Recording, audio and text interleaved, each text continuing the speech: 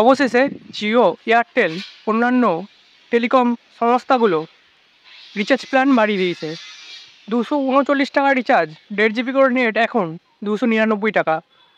299 টাকার রিচার্জগুলো এখন 349 টাকা। 479 টাকার রিচার্জ, যেটা হচ্ছে 2 মাস 1.5 জিবি করে ছিল, সেটা এখন 579 টাকা। তো সবারই অসুবিধা হবে এটা অবশ্যই। 666 টাকা রিচার্জ এখন 799 টাকা। মধ্যবিত্তের উপর আবার হচ্ছে মূল্যবৃদ্ধির চাপ এটা পড়বে। আর এটা হচ্ছে এমন একটা চাপ, মানে হচ্ছে এটা মানুষের নিত্য প্রয়োজনীয় দরকার। আর নিত্য প্রয়োজনীয় জিনিসগুলোর মধ্যে টেলিকম হচ্ছে অন্যতম। তো এইভাবে যদি বাড়তেই থাকে তো কোথায় গিয়ে থামবে এটা? আর মিনিমাম কোনো রিচার্জ প্ল্যান রাখেনি যে সিমগুলোকে বাঁচিয়ে রাখার জন্য। তো এটাও একটু ভাবার দরকার আছে আমাদেরকে। আমরা কি করব? আমি ঠিক করেছি আমার দুটো সিম, তার মধ্যে আমি একটা সিম বন্ধ করে দেবো। ফেসবুকের অ্যাকাউন্টও মনে হচ্ছে ওটা যোগ আছে, কিন্তু ঠিক আছে, ফেসবুক অ্যাকাউন্টও বন্ধ করে দেবো। ওই অ্যাকাউন্টটা একটা ফেসবুক কি চালাবো, কিচ্ছু করার নেই। এইভাবে যদি রিচার্জ বাড়তে থাকে কী করব?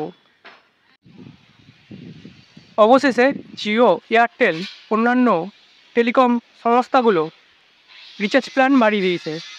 239 টাকা রিচার্জ, 1.5 জিবি করে নেট এখন 299 টাকা। 299 টাকার রিচার্জগুলো এখন 349 টাকা। 479 টাকার রিচার্জ, যেটা হচ্ছে 2 মাস 1.5 জিবি করে ছিল, সেটা এখন 579 টাকা। তো সবারই অসুবিধা হবে এটা অবশ্যই। 666 টাকা রিচার্জ এখন 799 টাকা। মধ্যবিত্তের উপর আবার হচ্ছে মূল্যবৃদ্ধির চাপ এটা পড়বে। আর এটা হচ্ছে এমন একটা চাপ, মানে হচ্ছে এটা মানুষের নিত্য প্রয়োজনীয় দরকার। আর নিত্য প্রয়োজনীয় জিনিসগুলোর মধ্যে টেলিকম হচ্ছে অন্যতম। তো এইভাবে যদি বাড়তেই থাকে তো কোথায় গিয়ে থামবে এটা? আর মিনিমাম কোনো রিচার্জ প্ল্যান রাখেনি যে সিমগুলোকে বাঁচিয়ে রাখার জন্য। তো এটাও একটু ভাবার দরকার আছে আমাদেরকে। আমরা কি করব? আমি ঠিক করেছি আমার দুটো সিম, তার মধ্যে আমি একটা সিম বন্ধ করে দেবো।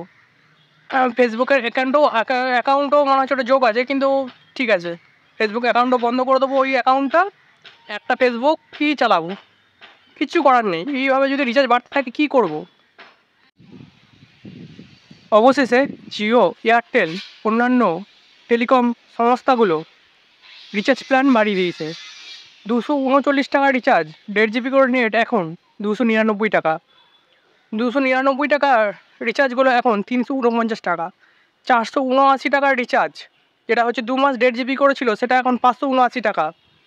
তো সবারই অসুবিধা হবে এটা অবশ্যই। 666 টাকা রিচার্জ এখন 799 টাকা।